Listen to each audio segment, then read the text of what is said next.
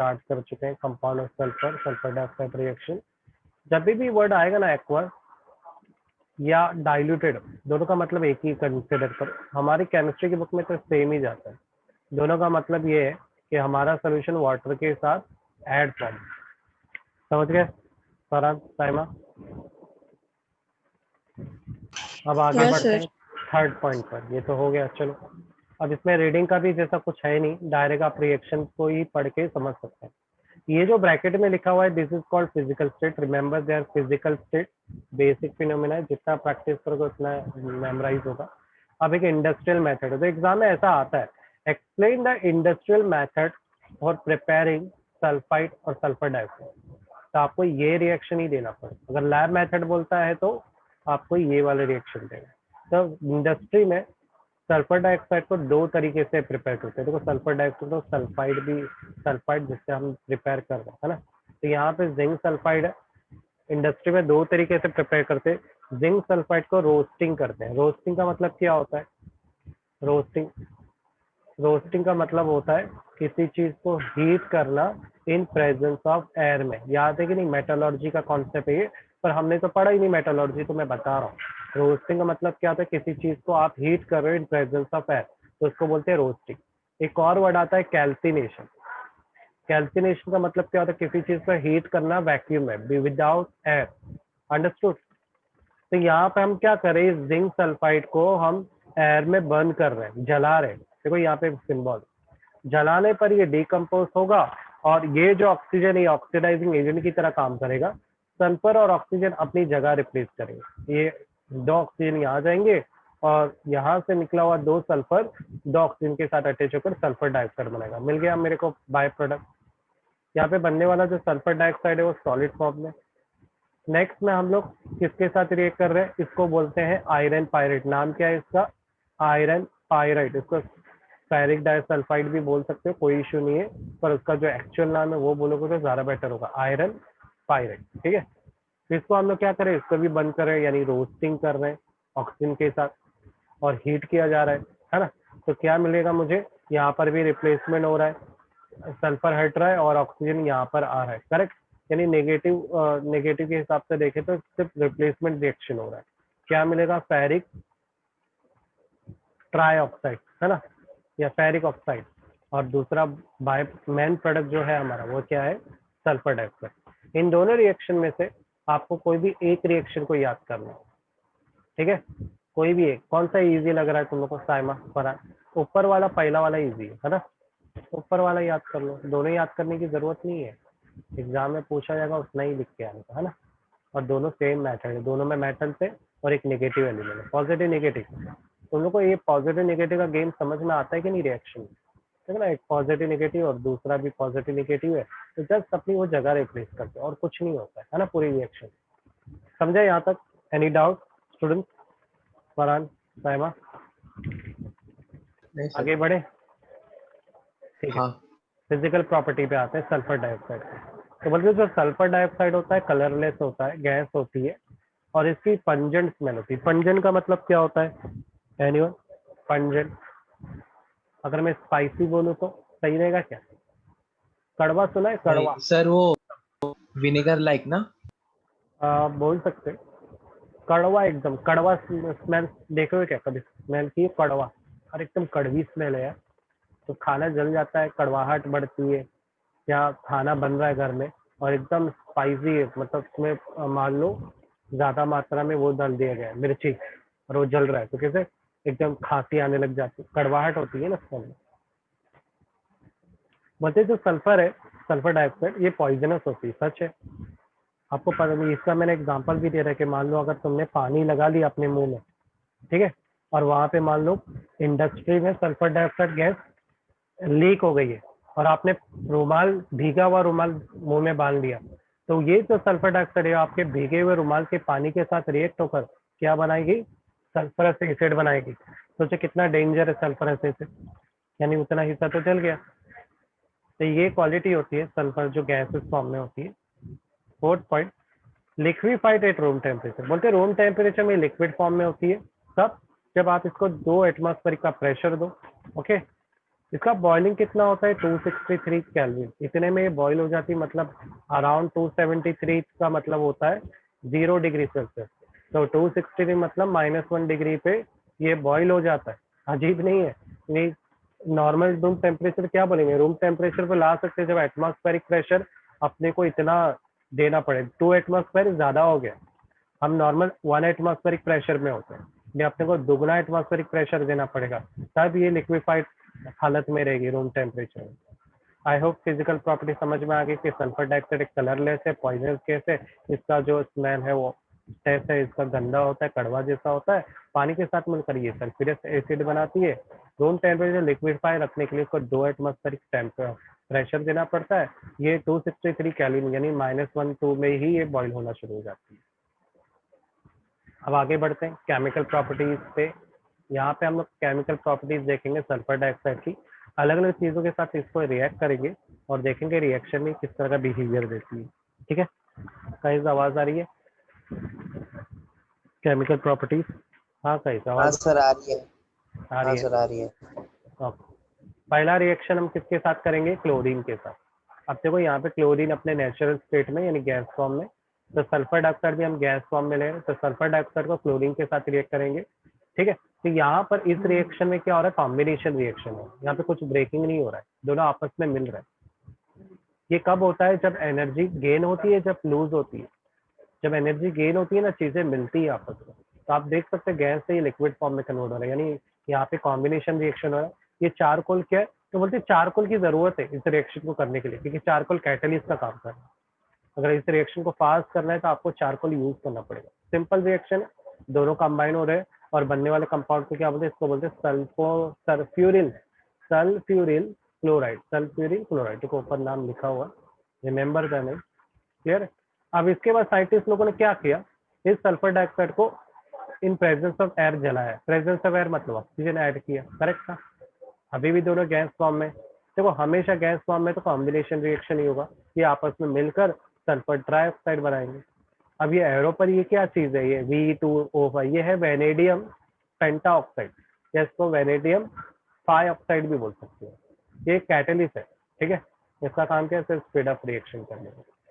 Third आते हैं दूसरा चीज, यहाँ पर जब भी कोई रिएक्शन में, याद रखो जब भी कोई रिएक्शन में ऑक्सीजन आए तो ऐसे रिएक्शन को हम लोग ऑक्सीडाइजिंग ऑक्सीडेशन रिएक्शन भी बोल सकते हैं, तो याद रहेगा ये। थर्ड रिएक्शन पे आते हैं, हम लोग सोडियम हाइड्रोक्साइड के साथ रिएक्ट करते हैं और देखते हैं क्या ये एसिडिक नेचर दे सकता है क्या किसी बेस के साथ रिएक्ट हो। तो जब हमने बेस के साथ NaOH के साथ सल्फर डाइऑक्साइड को रिएक्ट किया तो उसने एक सोडियम ट्राइसल्फाइड टाइप का सॉल्ट टाइप का कंपाउंड बनाया और वाटर बनाया। अगर रिएक्शन को ध्यान से देखें तो एसिड है ना, एसिड बेस्ड रिएक्शन में एक सॉल्ट बन रहा है, एक वाटर बन रहा है, ये बिल्कुल वो रिएक्शन नहीं है acid react with base give salt and water. तो काफी हद तक ये रिएक्शन उसी तरह से जा रहा है ना, यानी ये बिहेव एज अ एसिड कर रहा है यहाँ पे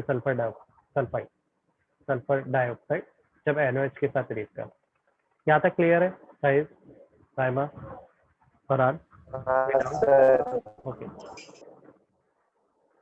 गाइस, अभी भी गांव में ही है, इसकी आवाज में काफी ब्लरिंग आ रहा है। फोर्थ रिएक्शन में सोडियम ट्राइसल्फेट है ना, हम इसके साथ रिएक्ट करेंगे, देखते क्या होता है जब सल्फर डाइऑक्साइड को हम पानी के साथ, पानी मान लो एक सॉल्वेंट के तौर पे यूज करें और उसके साथ साथ सोडियम सल्फाइड के साथ रिएक्ट करें। इसका नाम क्या है, सोडियम सल्फाइड। सोडियम सल्फाइड को ऊपर लिखा हुआ है नाम, ठीक है। तो बताओ क्या होगा, तो यहाँ इस रिएक्शन में क्या हो रहा है, सबके सब आपस में कंबाइन हो रहे हैं, सब मर्ज हो रहे हैं और हमें क्या मिल रहा है, sodium bisulphide. Sodium bisulphide बोलो या सोडियम हाइड्रोजन सल्फाइड बोलो, दोनों ही सही है। तो ओवरऑल अगर ऑब्जर्व करो रिएक्शन में, तो अभी तक जितने भी रिएक्शन हमने देखे तो ज्यादातर सारे रिएक्शन कैसे टाइप के थे, combination reaction.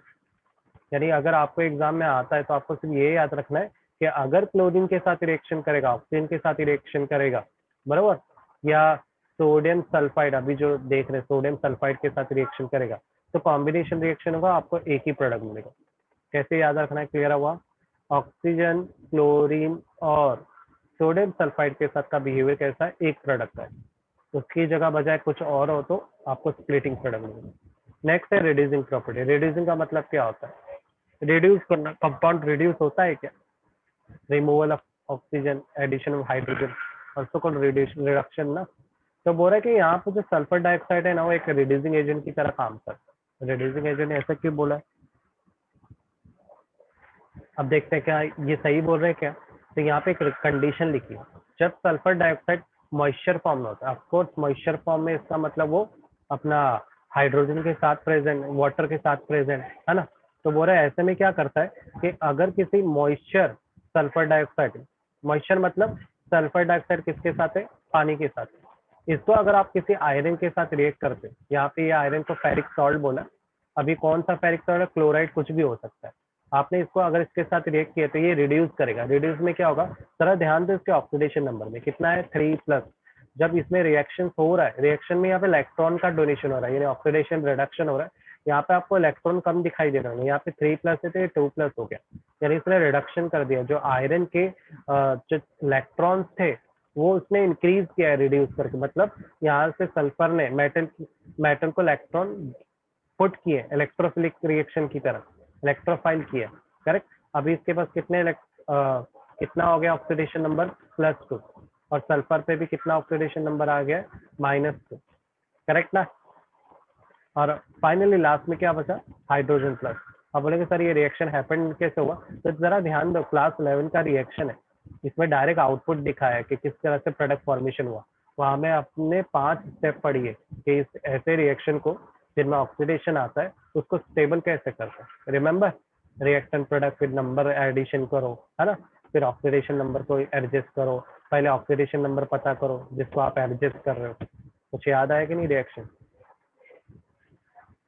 Next, moist sulphur dioxide decolourise acidified potassium permanganate. मान लो अगर आपके पास कोई एसिडिफाइड पोटेशियम परमैंगनेट है और अगर आप उसमें सल्फर डाइऑक्साइड को डाल दे रहे हो, कौन से, मॉइस्चर सल्फर डाइऑक्साइड, तो आपको सल्फर डाइऑक्साइड को वाटर के साथ लिखना पड़ेगा। तो ये क्या करता है, जो पोटेशियम परमैंगनेट है इसका कलर होता है पता है ना, एकदम पिंक जामुनी कलर का होता है, वायलेट, क्या बोलूंगा मैं, वायलेट कलर। ये जैसे आप डालोगे ना तो ये पूरा पोटेशियम परमैंगनेट कलरलेस हो जाएगा, ठीक है। कलरलेस होके क्या प्रोडक्ट बनता है, यहाँ पे लिखा हुआ है potassium sulphate, manganese sulphate and sulphuric acid, ये प्रोडक्ट फॉर्म होगा। तो इसको ऐसा कलर डीकलरेशन के तौर पे भी इसका इस्तेमाल करते। अगर आप किसी मॉइस्चर सल्फर डाइऑक्साइड को अगर आयोडीन के साथ रिएक्ट करते, कोई भी हेलोजन ग्रुप के एलिमेंट के साथ, तो ये सल्फर डाइऑक्साइड ऐसे हेलोजन ग्रुप के एलिमेंट के साथ मिलकर एसिड फॉर्मेशन करता है। सल्फ्यूरिक एसिड और हाइड्रोजन आयोडाइड, दोनों के दोनों एसिड है, हाइड्रोजन आयोडाइड भी एक अच्छा एसिड कहलाता है। क्लियर है, यहाँ पे रिएक्शन में कोई भी प्रॉब्लम आया है किसी भी रिएक्शन में, फरहान, रईस, साइमा। हाँ सर। यहाँ पे तुम लोगों को लग रहा है प्रैक्टिस ज्यादा चाहिए, प्रैक्टिस का गेम है ये chapter. Structure of sulphur dioxide, अब स्ट्रक्चर देखते हैं। तो बोलते हैं कि हमें एक चीज तो पता है कि एक ऑक्सीजन है, मतलब ऑक्सीजन हमेशा डबल बॉन्ड में ही होता है। जैसे अगर मैं एग्जांपल दूं, कार्बन डाइऑक्साइड, तो बोलते कार्बन डाइऑक्साइड का एक्चुअल स्ट्रक्चर ये है, पता है ना तुम लोग को, कि जो 2 ऑक्सीजन है वो डबल बॉन्ड फॉर्म में। तो ये गलत भी नहीं है, देखो ना, कार्बन की वैलेंसी प्रॉपर जा रही है, कार्बन के को कितना बॉन्ड चाहिए रहता है, एक कार्बन के 4 बॉन्ड होते हैं, करेक्ट। यहाँ पर 4 बॉन्ड बरोबर जा रहे हैं, पर सल्फर की कैपेसिटी कितने की, 3 बॉन्ड की है। 3 से आप ज्यादा डालोगे तो ये अपने आप को अनस्टेबल करता है, जिसके चक्कर में मुझे क्या करना पड़ेगा, एक ऑक्सीजन को तो मैंने डबल बॉन्ड दे दिया, दूसरे को मैंने डबल बॉन्ड नहीं दिया। अब यहाँ पे साइंटिस्ट लोग क्या बोल रहे हैं कि ऐसे चक्कर में जब किसी भी चीज में पाई बॉन्ड होता है, अब जाहिर बात है एक वक्त में एक स्टेबल है, ये सल्फर और ऑक्सीजन स्टेबल है, तो ये अपने आप को स्टेबल करने के लिए क्या करेगा, ये जो पाई बॉन्ड है रेजोनेटिंग स्ट्रक्चर बिहेव करेगा, कभी राइट में तो कभी लेफ्ट में, ऐसे ऐसे घूमता रहेगा। जैसे बेंजीन के अंदर कैसे घूमते रहते हैं पाई बॉन्ड, बोलते कि बेंजीन के अंदर ये जो पाई बॉन्ड है ना ये घूमते रहते हैं। इसलिए हम लोग जब भी बेंजीन बनाते हैं तो मैं ऐसा सर्कल बनाते हैं, ये सर्कल यही बताता है कि अंदर के पाई बॉन्ड ऐसे गोल गोल घूम रहे, अपनी जगह बार बार बदलते रहते। तो यहाँ पर भी जो पाई बॉन्ड है सल्फर के अंदर जो ऑक्सीजन के साथ जुड़ा हुआ है, ये पाई बॉन्ड अपनी जगह ऐसे रिप्लेस करेगा। बताओ कितनी बार वो जगह चेंज कर सकता है, 1 बार और 2 बार, इससे ज्यादा नहीं कर सकता। पहले लेफ्ट में रहेगा बाद में राइट में आएगा, तो इसको रेजोनेटिंग स्ट्रक्चर बोलते हैं। अब साइंटिस्ट लोग क्या बोलते हैं कि ओ सल्फर ओ मिलकर जो एंगल बना रहे वो कितने का बन रहा है, एंगल 109.5 डिग्री का, ये याद रखना पड़ेगा बॉन्ड एंगल, ठीक है। तो इनके बीच में जो बॉन्ड एंगल है ये बॉन्ड एंगल कितने का है, 109.5 डिग्री का। ठीक? अब सल्फर और ऑक्सीजन जो डबल बॉन्ड में है, उसमें एक पाई इलेक्ट्रॉन भी है, उसको डी पाई बोला। अब तुम लोग बोलेंगे सर डी पाई क्यों है, तो ये डी पाई का लेना देना इसके इलेक्ट्रॉनिक कॉन्फ़िगरेशन है, मतलब इसके अंदर जो सेकंड लास्ट जो भी लास्ट है वो डी पे जा रही होगी, इसलिए यहाँ पे उसने रिप्रेजेंट किया। ऑक्सीजन में पी पाई लिखा हुआ है, करेक्ट। तो ये दोनों के ऑर्बिटल के बेस पर इनके पाई इलेक्ट्रॉन को रिप्रेजेंट कर रहा है। कंफ्यूजन हो तो सिंपल लिख दो, the sulphur and oxygen double bond arises from pi bonding, it is resonance hybrid. Resonance hybrid का मतलब क्या है, ये पाई बॉन्ड जो यहाँ वहाँ शिफ्ट हो रहे हैं ना, इसको रेजोनेटिंग स्ट्रक्चर बोलते हैं। समझ में आया? इसमें ये पाई बॉन्ड लेफ्ट से राइट, राइट से लेफ्ट इस तरह से घूमता रहता है। याद है हम लोग ने अल्कोहल, फिनॉल, ईथर में भी देखा था ये स्ट्रक्चर, हैलोजन डेरिवेटिव में भी देखा था। अब आते हैं यूजेस में। सल्फर डाइऑक्साइड का यूज क्या है, इसका इस्तेमाल रिफाइनिंग ऑफ पेट्रोल और शुगर में करते हैं। रिफाइनिंग का मतलब क्या होता है, ऐसा कोई मेथड, जैसे तुम लोग अगर मॉल में जाओगे तो आप लोग तेल ऑयल खरीदे होंगे, सनफ्लावर ऑयल, घर के लिए जो तेल होता है, तो उसमें ये वर्ड बहुत लिखा रहता है, रिफाइनिंग ऑयल। ऐसा क्यों? और रिफाइनिंग ऑयल अगर वर्ड लिखा है तो महंगा तेल होता है, क्यों? रिफाइनिंग का मतलब होता है किसी चीज को छानना, फिल्टर करना, एकदम प्योर, इसमें जो भी इम्प्योरिटी वो निकाल कर उसको एकदम प्योर बनाना। जैसे फॉर एग्जांपल अगर आप पेट्रोल पंप भी जाते तो आपने ऑब्जर्व किया होगा, वहाँ पे बहुत सारे प्रकार के पेट्रोल मिलते हैं। अगर आप बोलेंगे ना A1 क्वालिटी का पेट्रोल चाहिए तो प्राइस दुगना हो जाता है। हम लोग हमेशा जाते तो क्या बोलते हैं पेट्रोल पंप में, सादा पेट्रोल बोलते कि नहीं?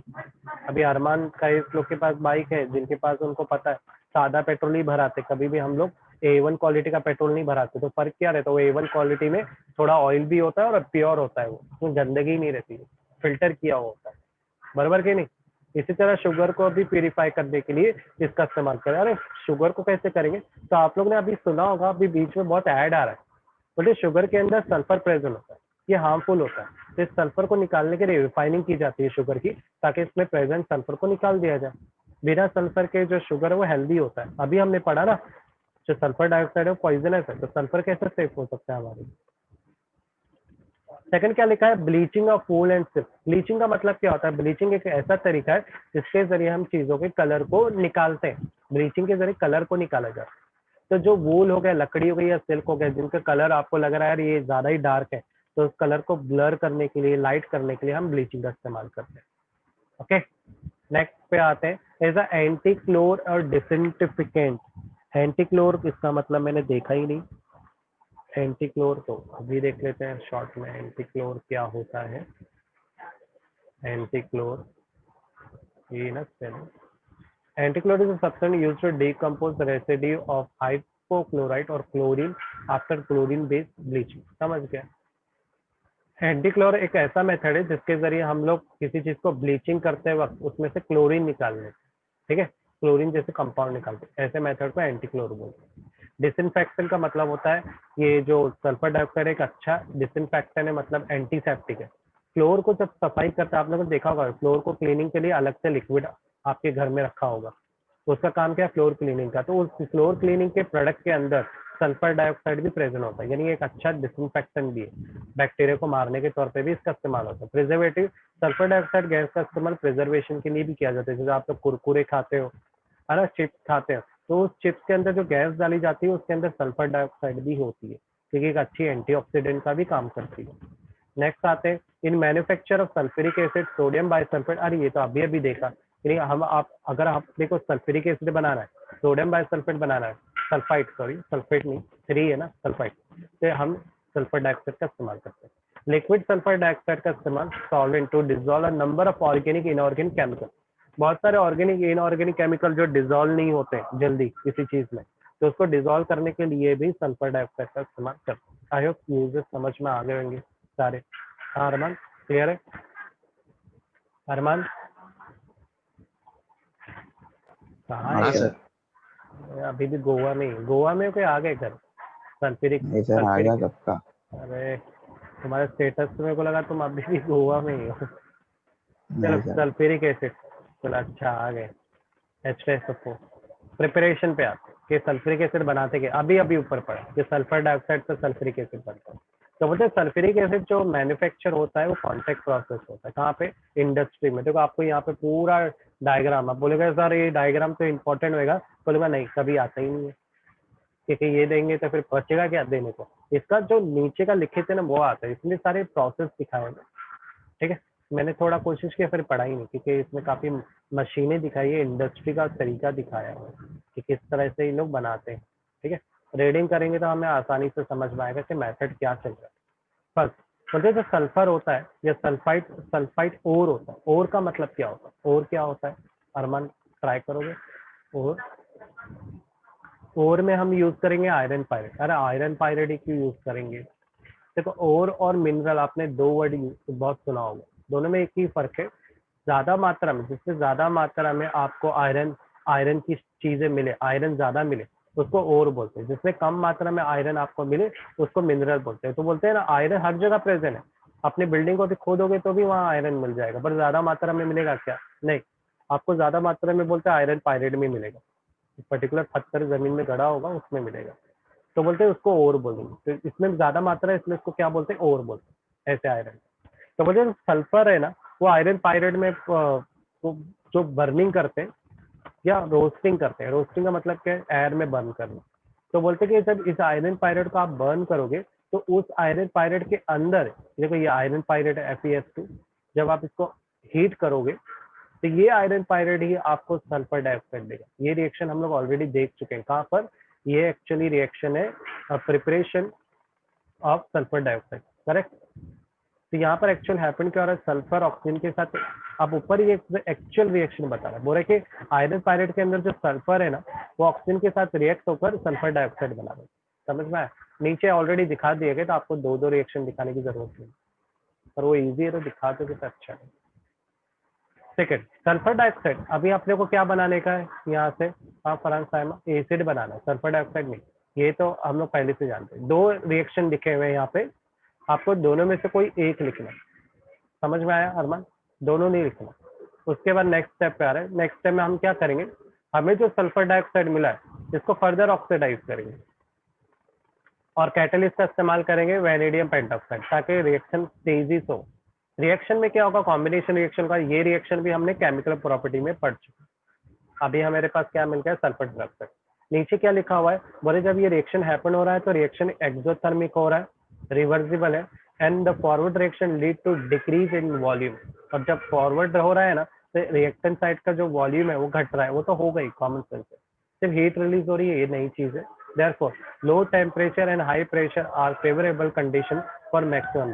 तो बोलते हैं ये पहला तो ये जो रिएक्शन है रिवर्सिबल है, तो अगर आपको इसको रिवर्सिबल से रोकना है तो जरूरी ये है कि आप हाई प्रेशर, इस रिएक्शन के लिए आपको क्या करना पड़ेगा ताकि ये रिएक्शन फॉरवर्ड रहे? प्रेशर बढ़ा दो। प्रेशर कितना? कम से कम 2 एटमॉस्फेरिक, यानी हम रहते हैं 1 एटमॉस्फेरिक प्रेशर में, अपने को कितना देना पड़ेगा? 2 बार मतलब 2 एटमॉस्फेरिक प्रेशर। ठीक है, यूनिट है एटमॉस्फेरिक प्रेशर की। तब आपको ज्यादा क्वांटिटी में सल्फर डाइऑक्साइड मिलेगा। ये हुई अपनी सेकंड स्टेप। फर्स्ट स्टेप में हमने क्या बनाया? सल्फर डाइऑक्साइड, सल्फर से। सेकंड स्टेप में हमने क्या किया? उस सल्फर डाइऑक्साइड को फर्दर रिएक्ट किया ऑक्सीजन से, क्या मिला? Sulphur dioxide, correct. अब हम क्या करेंगे? इस सल्फर डाइऑक्साइड को फर्दर रिएक्ट करेंगे इन प्रेजेंस ऑफ कैटलिस्ट। यहाँ पे हम क्या करेंगे? सल्फर ट्राइऑक्साइड को हम सल्फ्यूरिक एसिड के साथ ही रिएक्ट कर देंगे। ठीक है, अब देखेंगे कॉन्सेंट्रेटेड एसिड यूज करें, याद रखो। तो बनने वाला कंपाउंड को ओलियम बोलते हैं। क्या बोलते हैं? ये बनने वाला जो H2SO7 है ना, दैट इज कॉल्ड ओलियम। ये हमारी चौथी स्टेप्स है। अब इस ओलियम को पानी में पुट कर देंगे, हाइड्रोलाइज करेंगे, तो क्या मिलेगा हमें?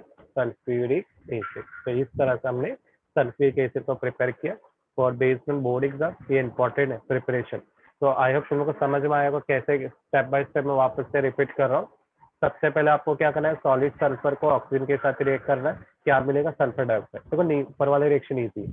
फिर उसके बाद सल्फर डाइऑक्साइड को ऑक्सीजन के साथ रिएक्ट करेंगे फर्दर, आपको क्या मिलेगा? Sulphur trioxide. उसके बाद सल्फर ट्राइऑक्साइड को आपको क्या करना है? एसिड के साथ रिएक्ट करना है, कॉन्सेंट्रेटेड एसिड, रिमेंबर। क्या मिलेगा? ओलियम। ओलियम को पानी के साथ रिएक्ट करोगे तो मिलेगा, याद रहेगा, इजी है, रिमेंबर। पहले सल्फर को किसके साथ रिएक्ट किया? ऑक्सीजन, सल्फर डाइऑक्साइड मिला। फिर सल्फर डाइऑक्साइड को किसके साथ रिएक्ट किया? ऑक्सीजन के साथ, सल्फर ट्राइऑक्साइड मिला। फिर सल्फर ट्राइऑक्साइड को किसके साथ रिएक्ट किया? सल्फ्यूरिक एसिड के साथ क्या मिला, ओलियम मिला। फिर ओलियम को किसके साथ रिएक्ट किया, वाटर के साथ। स्टेप याद है, ये बहुत इजी है, 3 स्टेप में रिएक्शन कंप्लीट हो रहा है। इसके अंदर 2 स्टेप, इसमें टोटल 4 स्टेप हो, इजी है। बोले बनने वाला जो सल्फ्यूरिक एसिड है वो 96 to 98% प्योर होता है, ठीक है। इसको कॉन्टैक्ट प्रोसेस बोलते हैं, जिसके अंदर ये हमने प्रिपेयर किया। अब आते हैं फिजिकल प्रॉपर्टी में। क्लियर है सभी को सल्फ्यूरिक एसिड का प्रिपरेशन? अरहान, अरमान, साइमा, साहिद, हाँ सर। आगे बढ़े। Physical property of sulphuric acid. Sulphuric acid is a colourless. देखो ज्यादातर जितने भी हमने अभी तक पढ़ा है सब कलरलेस ही। डेंस है, डेंस मतलब काफी गाढ़ा रहता है ना। ऑयली लिक्विड है, अदर लिक्विड से अगर कंपेयर करो काफी ऑयली जैसा आपको लगेगा ये। इट हैज अ डेंसिटी, अरे ऊपर ही तो लिखा हुआ है, 2 बार देखो रिपीट हो गया एक ही चीज, है ना। डेंसिटी इसलिए बोल रहा है कि स्पेसिफिक इसकी भी ग्रेविटी होती है कितनी, 1.84, नेग्लिजिबल ग्रेविटी पर है ना। और इसका टेम्परेचर क्या है, 298 केल्विन में ये मेजर किया गया है। 290 मतलब 25 डिग्री सेल्सियस में ये ग्रेविटी को नापा गया है इन लोगों ने। नॉर्मल है वो, साइंटिस्ट हर एक चीज स्टैंडर्ड कंडीशन में ही नापते हैं। इट फ्रीजेस एट 283 केल्विन, मतलब इसको फ्रीज भी किया जा सकता है सल्फ्यूरिक एसिड। कितना देना पड़ेगा टेम्परेचर, 283, मतलब ये 4 डिग्री या 10 डिग्री में ही ये क्या बर्फ बन जाता है ना, फ्रीज हो जाता है। बॉयल कितने में होता है, 611 केल्विन, मतलब अप्रोक्सीमेटली 100 डिग्री पानी के टेम्परेचर के जितना करीबी ये बॉयल होना शुरू हो जाता है। It is highly corrosive and produce severe burn on skin. Corrosive का मतलब क्या है, अगर ये किसी में भी किसी आयरन से आप गिरा दोगे ना, आयरन को इतनी फास्ट को क्या करेगा, जंग लगाएगा ना, झट से उसका जंग लगा देगा। और दूसरा ये अगर स्किन पे गिरता है स्किन को ही जला देगा। तो अभी क्वेश्चन है कि यहाँ पे कोरोजन वर्ड क्या कर रहा है, तो बोलते कि जब आयरन पे जंग लगता है ना किसी भी आयरन पे, तो वो जंग में ना एक्चुअली वो जंग, वो कोरोजन जिसको बोलते हैं जंग को, वो उस आयरन को मेल्ट करता है। एक्चुअली कोरोजन प्रोसेस भी एक एसिडिक प्रोसेस ही है, ठीक है, पर वो बहुत स्लो होता है। पर आप जब वहां पे एसिड पुट करोगे ना उस आयरन रॉड पे, तो यही प्रोसेस कोरोजन का तेज हो जाता है।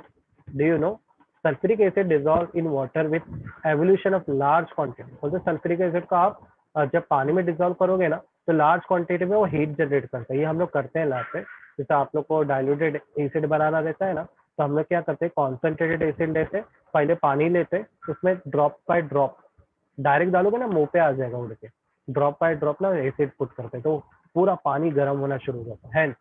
Care must be taken while preparing solution of sulphuric acid from concentrated solution, यानी डाइल्यूटेड जब भी बनाना है बहुत ध्यान देना। Concentrated sulphuric acid must be added slowly in water. देखो मैंने पहले ही बताया था, आप पास करोगे ना बहुत डेंजरस एक्सप्लोजन हो सकता है, या बोल सकते हैं ना फट सकता है, प्रेशर बढ़ जाएगा ना हीट की वजह से। तो लैब में आप ये सब बनाना अभी शुरू करोगे, जब डिग्री पोस्ट ग्रेजुएशन में जाओगे ना, आपको फिर ये केमिकल्स बनाने भी रहेंगे। केमिकल प्रॉपर्टीज पे आते हैं। सबसे पहली सल्फ्यूरिक एसिड की केमिकल प्रॉपर्टी एसिडिक प्रॉपर्टी। अगर आप किसी भी सल्फ्यूरिक एसिड को किसी वाटर के साथ रिएक्ट करते हो, यानी एक्वस सोल्यूशन के साथ, क्या हैपन होगा। अच्छा, एक्वस सोल्यूशन बोलने का मतलब हम यहाँ पे जो एसिड यूज करें डाइल्यूटेड एसिड है।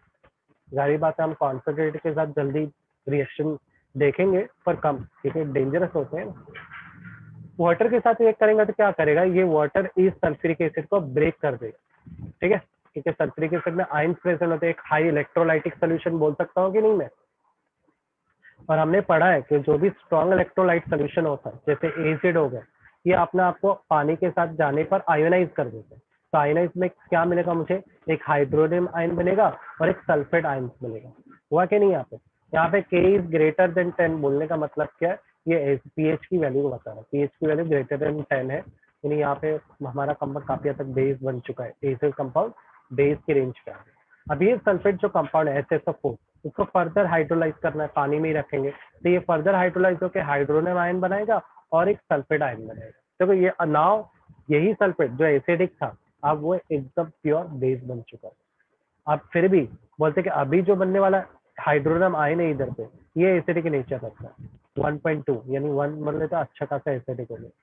The greater the value of K means the H2SO4 is largely dissociated in H+ and HF5। बोलने का मतलब कि जितना ज्यादा डिसोसिएट होगा उतना ज्यादा वो बेस और एसिड में ये क्या बोलेंगे, उतनी ज्यादा वो आयन जनरेट करेगा। Simply the H2SO4 is a strong acid, क्योंकि ये आयन जनरेट करता है। हमने पढ़ा था ना, जो भी चीज आयन जनरेट करेगी ज्यादा मात्रा में वो या तो स्ट्रॉन्ग एसिड या तो स्ट्रॉन्ग बेस होती है। Remember ionic equilibrium chapter just अभी हम लोगों ने किया है, याद है कि नहीं साइमा फरहान? भूल गए? स्ट्रॉन्ग एसिड को स्ट्रॉन्ग इलेक्ट्रोलाइट भी बोलते हैं, रिमेंबर? हाँ सर पता है। स्ट्रॉन्ग डिसोसिएट होता है। Okay, reaction with metal and non metal, oxidising property देख रहे हैं। यहाँ पे हम लोग क्या करेंगे, एसिड को मेटल, अरे अभी कोई पढ़ा है रस्टिंग कर देता है।